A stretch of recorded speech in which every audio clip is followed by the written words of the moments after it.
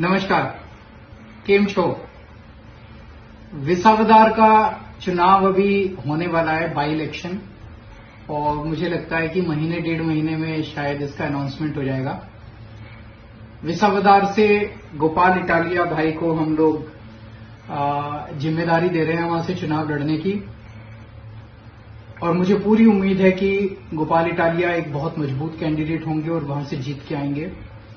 मेरी पार्टी के सभी कार्यकर्ताओं से, पूरे गुजरात के सभी कार्यकर्ताओं से, सभी लीडर्स से अपील है कि आप पूरा दम के साथ काम कीजिए इस विधानसभा के चुनाव के लिए, और हम सब लोग मिलके जरूर बीजेपी और कांग्रेस दोनों को हराएंगे।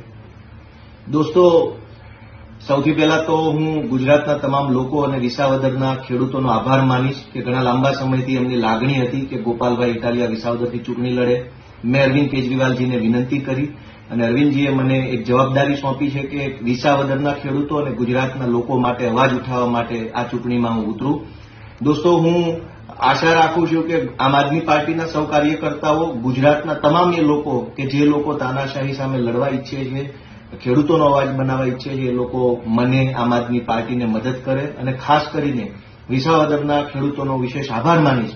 અને એક ખાસ મહત્વની વાત એ છે કે ગુજરાતમાં ભાજપે આજ દિવસ સુધીમાં કોઈ પણ ધારાસભ્યને કે કોઈ પણ આગેવાનને ડરાવીને, ધમકાવીને, લલચાવીને તોડી પાડ્યો છે।